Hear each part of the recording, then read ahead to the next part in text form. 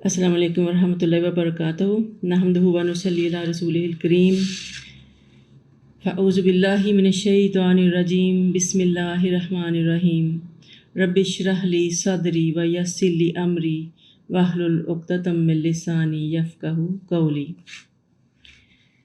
رسول کریم صلی اللہ علیہ وسلم فرماتے ہیں کہ تمام مخلوق جو ہے وہ علم والوں کے لیے بخشش کی دعا کرتی ہے، حتیٰ کہ سمندر میں مچھلیاں بھی اس بے پناہ جو ہیں مصروفیت کے باعث بعض اوقات انسان کو اپنے لیے دعا مانگنے کا بھی موقع نہیں ملتا، تو جو باقی مخلوقات ہیں اللہ تعالیٰ ان کو آپ کے لیے دعائیں کرنے کے لیے لگا دیتا ہے۔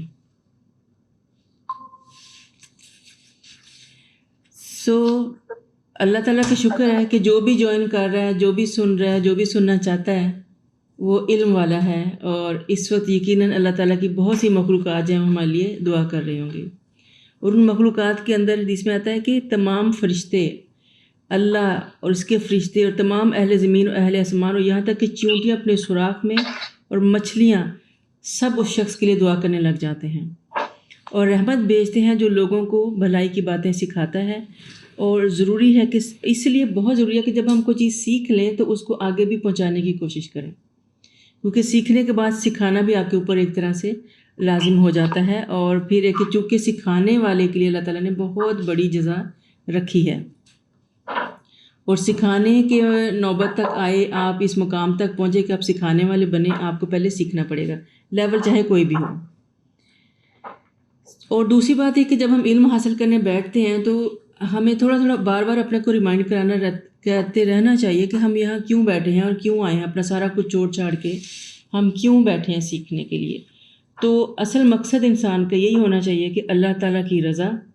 اور اپنے نبی کی سنت پہ عمل کرتے ہوئے جنت کا حصول جب وہ ہماری مین رضا ہونی چاہیے، کیونکہ ہم کیوں اتنی اچھائیاں کرنے کی کوشش کرتے ہیں تاکہ اللہ تعالیٰ ہمیں دوزخ سے بچا لے اور اللہ تعالیٰ اپنی جو ہے وہ اپنا قرب نصیب فرمائے۔ اور یہ بھی آپ نے فرمایا کہ جب انسان مر جاتا ہے تو اس کے تمام جو دنیا سے تعلق ہے، جو اعمال ہیں، وہ سب کاٹے جاتے ہیں، منقطع ہو جاتے ہیں، سوائے 3 چیزوں کے۔ ان میں سے ایک صدقہ جاریہ ہے، اور دوسرا ایسا علم جو نفع مند ہو یا نیک اولاد ہو جو اس کے لیے دعا کرے۔ آپ نے فرمایا کہ مومن کو اپنی وفات کے بعد جو اس کے عمل کی اچھائیاں پہنچتی ہیں اور اس میں علم نافع بھی ہے، اور جس کو اس نے پھیلایا، اور نیک اولاد جو اس نے پیچھے چھوڑی۔ قرآن مجید کا کوئی نسخہ یا دعا کی کوئی کتاب یا جو کسی کو دے دی، ہم نے ہدیہ کر دیا، ہماری وراثت میں کسی کو مل گئی، اس پہ وہ پڑھتا رہا، عمل کرتا رہا، پھر ایسی مسجد جو اس نے تعمیر کی، اور ایسا مسافر خانہ جو دنیا کی عام انسانوں کی بھلائی کے جو کام ہیں، اگر یہ سارے ہم کام کریں تو یہ چیزیں ہمارے مرنے کے بعد بھی ہمارے صدقہ جاریہ کے طور پہ ہمارے کام آئیں گی۔ اور ہمیں پورے خلوص کے ساتھ اس علم کو سیکھنا چاہیے تاکہ ہمیں سمجھ آئے کہ ایکچولی ہمیں کیا کرنا چاہیے، اور اصل منزل ہماری جو ہے وہ یہ ہے کہ ہمیں آخرت کی بھلائیاں ملیں، اللہ تعالیٰ کہ ہاں ہم جو ہے ہمارے نیک عمل مقبول ہو جائیں، اور اللہ تعالیٰ ہمیں اپنے جوار رحمت میں جگہ دے۔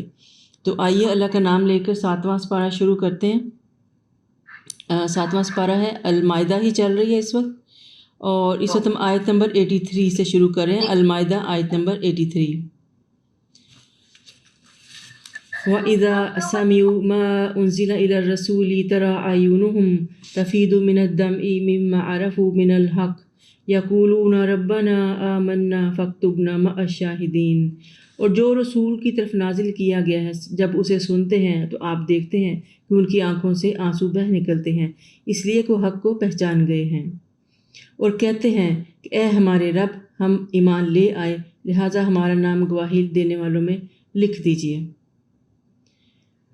اور اس مقام تک پہنچنے کے لیے علم کا حاصل ہونا بہت ضروری ہے۔ قرآن کی سمجھ آئے گی تو قرآن کو پڑھتے ہوئے یا سنتے ہوئے آپ کی آنکھوں سے جو ہے وہ آنسو بہیں گے اور رقت طاری ہوگی۔ اور جو شخص اللہ کے کلام کو سن کے روتا ہے، وہ اس کا مطلب ہے کہ اس کے دل میں اللہ کی خشیت ہے، تقویٰ ہے، ڈر ہے، خشیت ہے، اور اللہ تعالیٰ کو وہ ہر چیز اپنا رب مانتا ہے، ہر طریقے سے،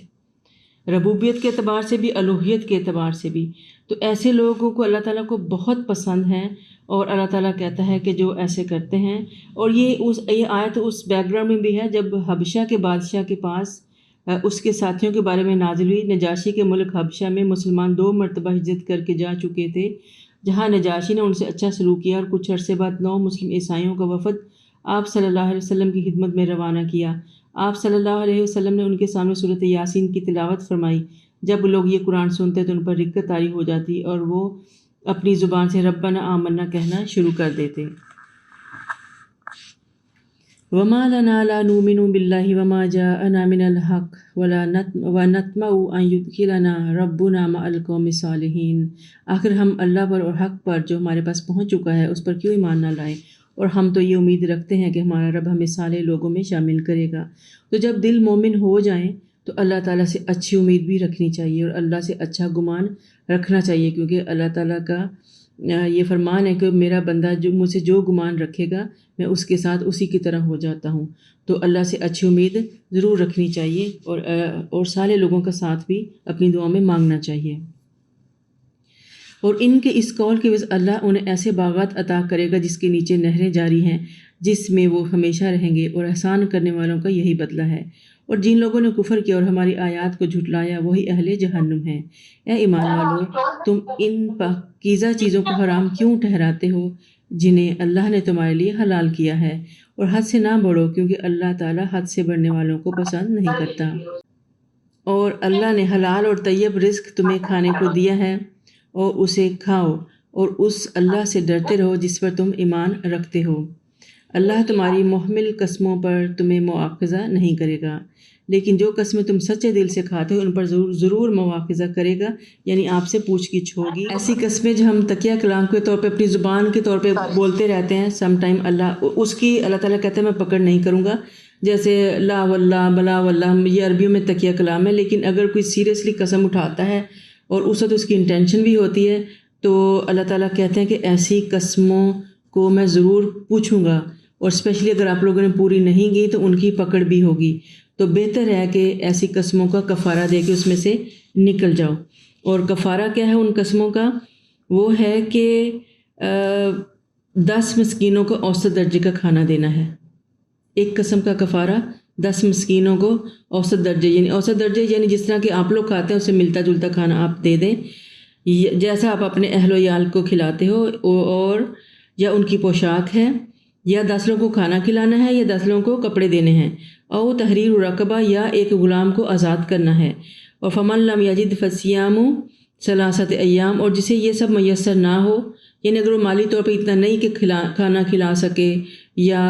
اپنا کسی کو کپڑے دے سکے یا غلام یا گردن آزاد کر سکے، تو کم از کم وہ 3 دن کے روزے رکھے گا۔ یہ ایک قسم سے نکلنے کا کفارہ ہے۔ اور یہاں یہ بات بھی آتی ہے کہ یہ جو ہم منتیں مان لیتے ہیں نا، لمبے لمبے اللہ تعالیٰ سے وعدے کر لیتے ہیں، وہ بھی اسی چکر میں ہی آتا ہے۔ تو اگر کوئی منت مان لے اور اسے پوری نہ ہو رہی ہو، یا منت ہی غلط مانی گئی ہے اور میں بھی وہ منت شرع کا ہی خلاف ہے یا آپ کے اپروچ میں ہی نہیں ہے، بجائے ساری عمر گلٹی رہنے کے یا وعدہ خلافی کے، بہتر ہے آپ اس منت کا کفارہ دے کے اس میں سے نکل جائیں۔ اللہ تعالیٰ فرماتا ہے کہ اپنی قسموں کی حفاظت کیا کرو، اللہ تعالیٰ اسی طرح تمہارے لیے اپنے احکام کھول کر بیان کرتا ہے تاکہ تم اس کا شکر ادا کرو۔ یا ایھا الذین آمنوا انما الخمر والمیسر والانصاب والازلام رجس من عمل الشیطان فاجتنبوہ لعلکم تفلحون۔ اے ایمان والو، شراب اور جوا اور یہ جو آستانے اور پانسے سب گندے شیطانی کام ہیں، لہٰذا ان سے بچتے رہو تاکہ تم فلاح پا سکو۔ ہمیں سمجھ میں آتا ہے کہ شراب اور جوا تو یہ تو سب کو بہت سمجھ ہے ہمارے الحمدللہ، لیکن یہ جو آستانے ہیں، یہ جو پیروں فقیروں کے مزاروں پہ جو جانے کا سلسلہ ہے نا، یہ ہماری قومیں نہیں چھوڑ رہی۔ تو یہاں آپ خود دیکھ لیں، قرآن پاک کے اندر لکھا ہوا ہے کہ ایسی چیزیں اور پانسے، یعنی وہ جو ہم لاٹریاں نکالتے ہیں یا فالے نکالتے ہیں یا قسمت کا حال معلوم کرنے پہنچ جاتے ہیں، یہ سارا کچھ اللہ تعالیٰ خود کہہ رہے ہیں کہ یہ گندے شیطانی کام ہے، لہٰذا ان سے بچتے رہو تاکہ تم فلاح پا سکو۔ اور اللہ تعالیٰ جب بھی کہتا ہے فلاح پا سکو، اس کا ایک ہی مطلب ہوتا ہے کہ فلاح جو ہوتی ہے وہ جو آخری فلاح ہے جس کے بدلے میں ہم جنت میں جائیں گے۔ اللہ کے نزدیک اصل کامیابی وہی ہے کہ انسان دوزخ سے بچ جائے۔ انما یرید الشیطان ان یوقع بینکم العداوۃ والبغضاء فی الخمر والمیسر ویصدکم عن ذکر اللہ وعن الصلاۃ فہل انتم منتہون۔ بلا شبہ شیطان تو یہ چاہتا ہے کہ شراب اور جوئے اس کے ذریعے تمہارے درمیان دشمنی اور بغض ڈال دے اور تمہیں اللہ کے ذکر سے اور صلاۃ سے روک دے، تو کیا تم باز آتے ہو؟ اب اللہ تعالیٰ جو ہے وہ ایکسپلین بھی خود ہی کر رہا ہے کہ کیوں اس نے یہ چیزیں بری ہیں، یعنی اگر کوئی چیز بری ہے تو اس کی وجہ ہے، اللہ کی حکمت ہے اس میں، اور اللہ تعالیٰ بتا رہا ہے کہ چونکہ یہ چیزیں یہ ساری شیطانی عمل ہیں، تو جب ہم یہ کرتے ہیں تو ہم ایک طرح ہم شیطان کے ساتھی بن جاتے ہیں۔ پھر شراب اور جوا اور اس سے آپس میں لڑائیاں ہوتی ہیں، چونکہ انسان کی مت ماری جاتی ہے اور فساد کھڑا ہوتا ہے، اور اس کے بعد ایسی چیزوں سے انسان جب لڑتا ہے یا اپنے شراب کے نشے میں ہوتا ہے تو اللہ کا ذکر کہاں سے کرے گا، اور جب اللہ کا ذکر نہیں کرے گا تو آٹومیٹکلی اللہ سے تو دور ہو گیا نا، تو شیطان کا ساتھ ہی بننا شروع ہو جاتا ہے۔ تو اللہ تعالیٰ کہتا ہے کہ اس میں میری حکمت ہے۔ بہت سے لوگ آج بھی کہتے ہیں نا اسلام کو ہم لاجک چاہیے، لاجک چاہیے، لاجکس تو اللہ خود دے رہا ہے نا۔ ایون تو اللہ تعالیٰ کہتا ہے کہ اسلام کا مطلب ہی انکنڈیشنل سبمیشن ہے، آپ کو لاجکس نہیں لینے، جو اللہ کہہ رہا ہے اس کو بس ایز اٹ از لینا ہے، کیونکہ انسانی عقل کو اتنی طاقت نہیں کہ ہر چیز کا لاجک ڈھونڈ سکے۔ لیکن بہت سی آیتیں اللہ تعالیٰ خود ہی کلیئر کر دیتا ہے، وہ جواب بھی خود ہی دے دیتا ہے کہ اس کی یہ وجہ ہے، ہم پیچھے سے یہی پڑھتے آ رہے ہیں۔ اور آگے اللہ تعالیٰ فرماتے ہیں کہ وَأَطِیعُوا اللَّهَ وَأَطِیعُوا الرَّسُولَ وَاحْذَرُوا فَإِن تَوَلَّیْتُمْ فَاعْلَمُوا أَنَّمَا عَلَىٰ رَسُولِنَا الْبَلَاغُ الْمُبِینُ۔ اور اللہ اور اس کے رسول کی اطاعت کرو، ان چیزوں سے بچو، پھر اگر تم نے حکم نہ مانا تو جان لو کہ ہمارے رسولوں پر تو صرف واضح طور پر کتاب پہنچانے کی ذمہ داری ہے۔ جو لوگ ایمان لائے اور عمل صالح کیے انہیں گناہ نہ ہوگا، اور جو وہ تحریم شراب سے پہلے پی چکے جبکہ تقوی، ایمان اور عمل صالح کی روش ہوں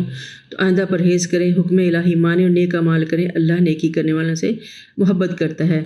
یہاں پہ وہی بات ہے، ہم نے پڑھا کہ شراب کو اللہ تعالیٰ نے گریجولی ختم کیا تھا، تو جب یہ والی آیتیں آئیں تو صحابہ تھوڑے پریشان ہو گئے، کیونکہ ظاہر پیچھے زندگیوں میں تو وہ پیتے آئے تھے نا، تو پھر ان کو تسلی ہو گئی کہ جو پیچھے ہو گیا سو ہو گیا، اب اگر آپ سچے دل سے توبہ کر کے چھوڑ دیتے ہیں اس چیز کو، دوبارہ اس میں نہیں جاتے، تو پھر اللہ تعالیٰ جو ہیں وہ آپ کو خود ہی آپ سے وعدے کر رہے ہیں کہ تقوی کی جو ہے وہ روش اختیار کرو، بے شک اللہ نیک لوگوں سے محبت کرتا ہے۔ یا ایھا الذین آمنوا لا یبلونکم اللہ بشیء من الصید تنالہ ایدیکم ورحامکم لیعلم اللہ من یخافہ بالغیب۔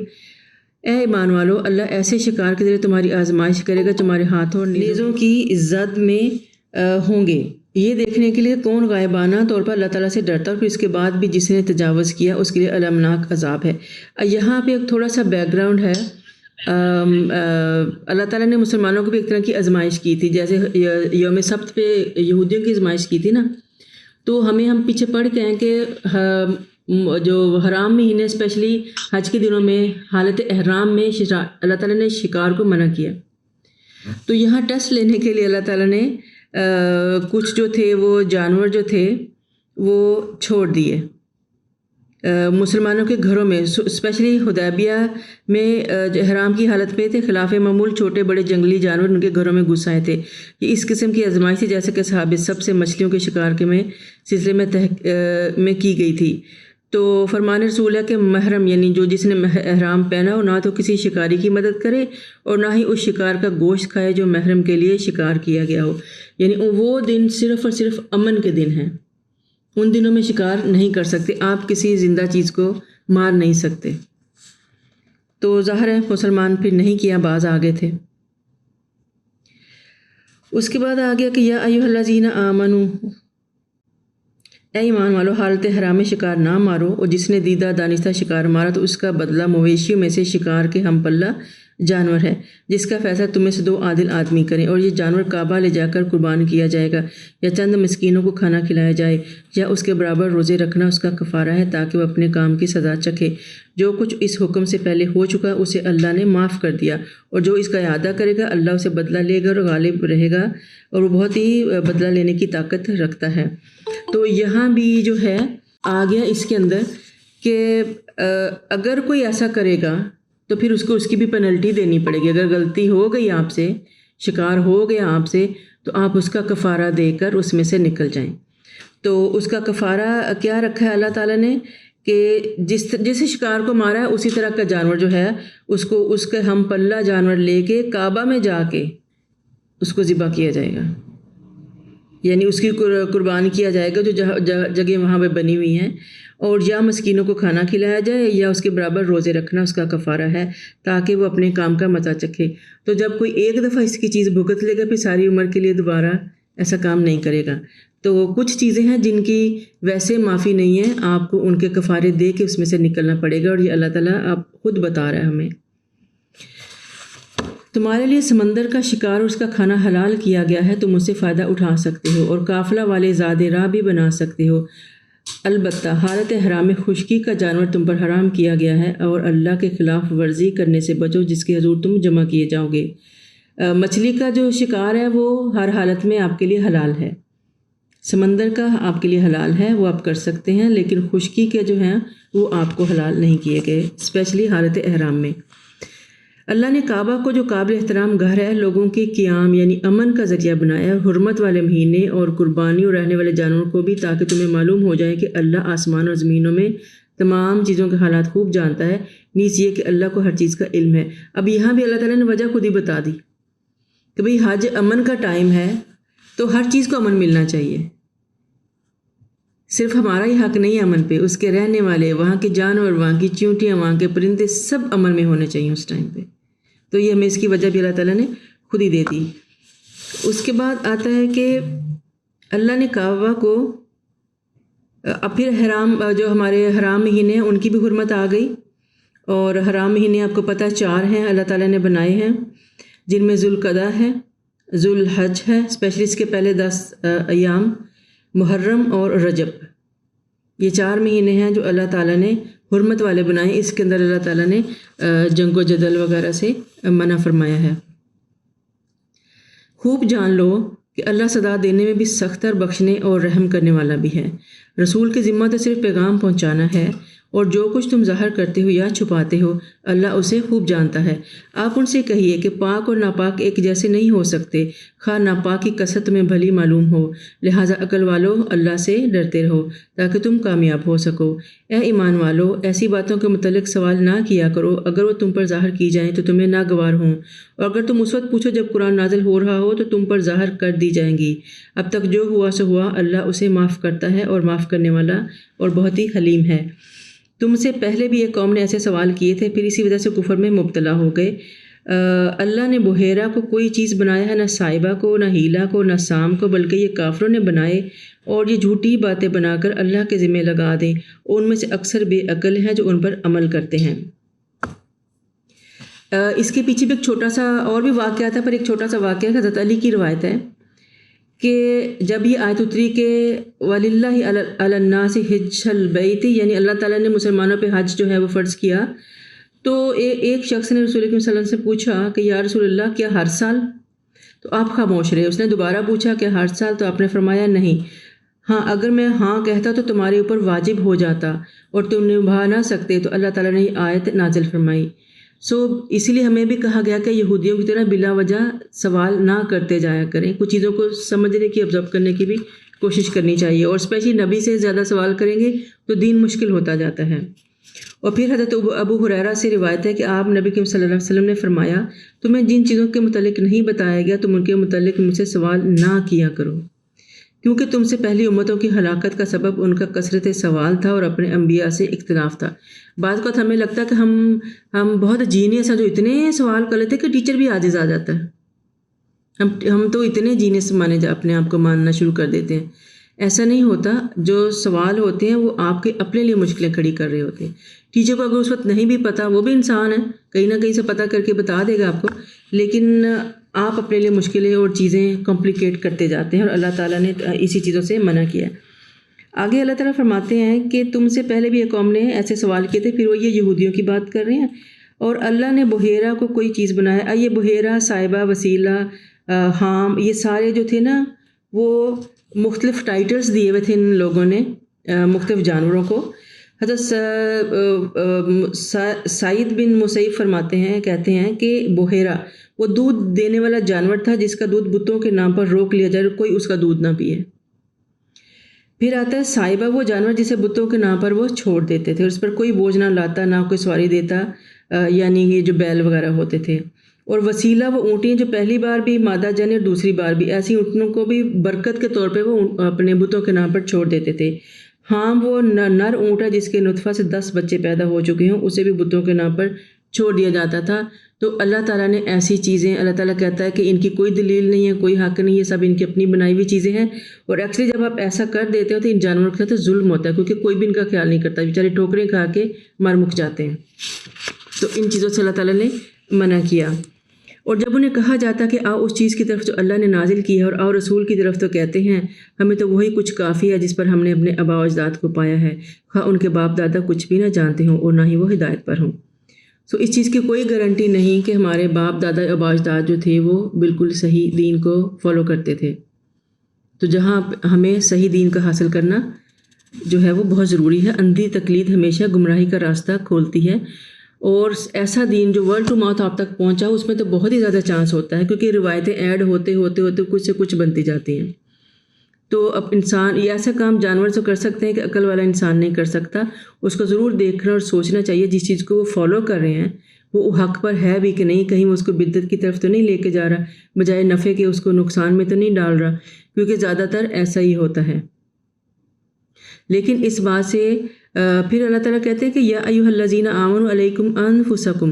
لا یضرکم من ضل اذا اہتدیتم الی اللہ مرجعکم جمیعا فینبئکم بما کنتم تعملون۔ اے ایمان والو، تمہیں اپنی فکر کرنا لازم ہے، جب تم خود ہدایت پر ہوگے تو کسی دوسرے کی گمراہی تمہارا کچھ نہیں بگاڑ سکتی۔ تم سب کو اللہ کی طرف پلٹنا ہے، وہ تمہیں بتلا دے گا جو کچھ تم کیا کرتے تھے۔ اپنی فکر کو ضرور کریں، الٹی سیدھی باتوں کو فالو کرنے سے پہلے اپنا حال ضرور دیکھ لیں کہ ہم کہاں پہ کھڑے ہیں۔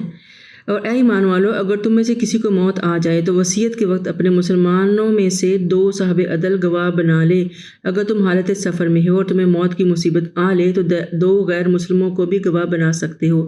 اگر تمہیں کچھ شک پڑ جائے تو ان دونوں کو نماز کے بعد مسجد میں روک لو، اور پھر وہ اللہ کی قسم اٹھا کر کہیں وہ کسی مفاد کی خاطر شہادت کو نہیں بیچنے والے، خواہ ہمارا کوئی رشتہ دار ہی کیوں نہ ہو، اور نیز ہم اللہ کی خاطر گواہی نہیں چھپائیں گے، اور ایسا ہم کریں تو ہم مجرم ہیں۔ اور پھر اگر یہ معلوم ہو کہ دونوں گناہ میں ملوث ہو گئے ہیں تو ان کی جگہ 2 اور گواہ کھڑے کرو جو پہلے دونوں گواہوں سے زیادہ اہل ہوں، اور ان کی طرف سے ان کی حق تلفی کی ہوئی ہو، اور اللہ کی قسم اٹھا کر کہیں کہ ہماری شہادت ان پہلے گواہوں کی شہادت سے زیادہ سچی ہے اور ہم نے کوئی زیادتی نہیں کی۔ اگر ہم نے ایسا کیا تو بلا شبہ ہم ظالم ہیں۔ وصیت کے بارے میں ہم پہلے بھی پڑھ چکے ہیں۔ انسان سفر پہ بھی جاتا ہے، اور جب ہم سفر میں ہوتا ہے ضروری نہیں ہمارے ارد گرد سارے مسلمان ہی ہوں، نان مسلم بھی ہو سکتے ہیں۔ تو ایسی حالت میں انسان کو لگے کہ وہ بیمار ہے یا تکلیف میں ہے یا اس کی موت ہو سکتی ہے تو وصیت کا بندوبست ضرور کر لینا چاہیے اپنی کا۔ اور وصیت جب آپ بندوبست کریں، لکھیں، تو 2 لوگ گواہ ہونے چاہیے جو گواہی دیں کہ یہ ہوش و واس میں لکھی گئی وصیت ہے، کسی اور نے نہیں لکھی۔ آج کل تو ہمارے پاس وکیل ہوتے ہیں نا، پوری لاء فرمز ہیں جو آپ کے لیے وصیتیں بناتی ہیں، لیکن یہ اس وقت کی بات ہے، اور آج بھی کبھی موقع ملتا ہے، ایسا کبھی نہیں ملتا۔ تو اللہ تعالیٰ نے پورا طریقہ بتا دیا کہ کیسے کر سکتے ہیں۔ اور یہ پیچھے ایک واقعہ ہوا تھا، وہ کافی لمبا واقعہ، جس کی وجہ سے یہ ساری آیتیں جو اتری تھیں اس کو کلیئر کرنے کے لیے، کہ بات ساری یہ کہ ہر حالت میں جو گواہی کا جو وٹنس ہے وہ حق بات کرے گا اور اپنے حصے میں گناہ نہیں اکٹھے کرے گا۔ اگر لگے کہ جنہوں نے پہلے گواہی تھی وہ سچ نہیں بول رہے تو 2 مزید گواہ ان کی جگہ پہ گواہی دے سکتے ہیں، لیکن ان کا جو سٹیٹس، سوشل سٹیٹس ہے وہ ان سے بہتر ہونا چاہیے تاکہ ان کی گواہی پہ اعتبار کیا جا سکے۔ اس طریقہ سے زیادہ توقع کی جا سکتی ہے کہ لوگ ٹھیک شہادت دے دیا کریں یا اس سے ڈر جائیں، کہیں ان کی قسموں کے بعد دوسری قسموں سے ان کی تردید نہ ہو جائے۔ اور اللہ سے ڈرو اور احکام دھیان سے سنو، اللہ فاسقوں کو راہ نہیں دکھاتا۔ یعنی جب اللہ نے کہہ دیا کہ تمہاری گواہیوں کے بعد اگر شک ہو جائے تو 2 اور لوگ گواہ دیں گے تو ان کی مانی جائے گی، تو ظاہر پہلے والے جھوٹے قرار پائیں گے نا، تو پھر ان کو سزا بھی تو ملے گی نا۔ تو اللہ تعالیٰ کہتا ہے اس میں حکمت یہ ہے کہ پہلے دونوں جو گواہی کے لیے آئیں وہ پہلے ہی ڈر جائیں کہ اگر ایسا ہوا تو ہم پہ گناہ آئے گا اور ہماری شامت بھی آئے گی، تو کیوں نہ ہم سچ ہی بولیں، سچی گواہی ہی دیں۔ جس دن اللہ تمام رسولوں کو جمع کرے گا، پوچھے گا تمہیں کیا جواب دیا گیا تھا؟ وہ کہیں گے ہمیں تو علم نہیں، آپ ہی غیب کو خوب جانتے ہیں۔ اس کو اللہ یا عیسیٰ ابن مریم اذکر نعمتی علیک وعلی والدتک اذ ایدتک بروح القدس تکلم الناس فی المہد وکہلا۔ اب یہاں پہ پہلی جو آیت ہے وہ یہ ہے کہ جس دن اللہ، یعنی یہ کہ آخرت کے دن اور قیامت کے دن کی بات ہو رہی ہے، اور یہ ایک دم سے درمیان میں یہ آیت آ گئی ہے یہ بتانے کے لیے کہ اپنی گواہیاں، اپنے بیان، اپنا سارا کچھ بالکل سچ کی بیس پہ رکھو، کیونکہ اللہ تعالیٰ نے ہر چیز کا حساب لینا ہے۔ اور جس دن قیامت آئے گی اس دن اتنا سخت دن ہوگا، اتنا سخت دن کہ کچھ دیر کے لیے رسول بھی گھبرا جائیں گے اور ان پہ بھی گھبراہٹ طاری ہو جائے گی، اور پھر اللہ تعالیٰ ان سے پوچھے گا کہ تمہیں کیا جواب دیا گیا تھا، تو وہ کہیں گے کہ ہمیں تو نہیں علم، آپ ہی غیب کی باتیں جانتے ہیں۔ تو پھر ان کے بعد کچھ دیر کے بعد جو ہے وہ حالات تھوڑے سے ان کے کنٹرول میں آئیں گے اور سب پکارے ہوں گے کہ نفسی نفسی نفسی، اتنی شدت کی وہ دن ہوگا کہ ہم لوگ کہاں کھڑے ہیں، ذرا یہ سوچ لیں۔ تو اس لیے گواہی جو ہے وہ بہت ہی امپورٹنٹ ہے۔ پھر آگے حضرت عیسیٰ کی بات شروع ہوتی ہے یہاں سے۔ حضرت عیسیٰ اللہ تعالیٰ ان کو یاد کروا رہے ہیں کہ جب عیسیٰ ابن مریم سے اللہ تعالیٰ کہے گا میرے احسان کو یاد کرو جو میں نے تم پر تمہاری والدہ پر کیا، اور جب میں نے روح القدس سے تمہاری نصرت کی کہ تو گہوارے اور بڑی عمر میں لوگوں سے یکساں کلام کرتا تھا، اور جب میں نے تمہیں کتاب اور حکمت اور تورات اور انجیل سکھلائی، اور جب تو میرے حکم سے مٹی سے پرندے کی شکل و صورت بناتا اور اس میں پونکتا تھا، وہ میرے حکم سے سچ مچ پرندہ بن جاتا تھا، اور تو مادر ذات یعنی پیدائشی اندھے اور کوڑی کو میرے حکم سے تندرست کر دیتا تھا، اور جب تو مردوں کو میرے حکم سے زندہ کر دیتا تھا، اور جب تو بنی اسرائیل کے پاس کھلی نشانیاں لے کر آیا تو میں نے ہی تجھے بنی اسرائیل سے بچایا تھا۔ پھر ان میں سے جن لوگوں نے انکار کیا تھا اور یہ معجزات دیکھ کر کہنے لگے یہ تو صاف صاف جادو ہے۔ یہاں پھر اللہ تعالیٰ ان کو جو حضرت عیسیٰ کے اوپر معجزے نازل کیے تھے اللہ تعالیٰ نے، ان کی تفصیل بتا رہے ہیں اور اپنا احسان ان کو یاد کروا رہے ہیں، اور یہ بے شمار معجزے تھے۔ لیکن ایک بات جو اس کے اندر قابل غور ہے وہ یہ ہے کہ ساتھ ساتھ اللہ تعالیٰ نے جہاں بھی معجزہ یاد کرا ساتھ میں کہا میری طرف سے، میرے حکم سے، میرے حکم سے۔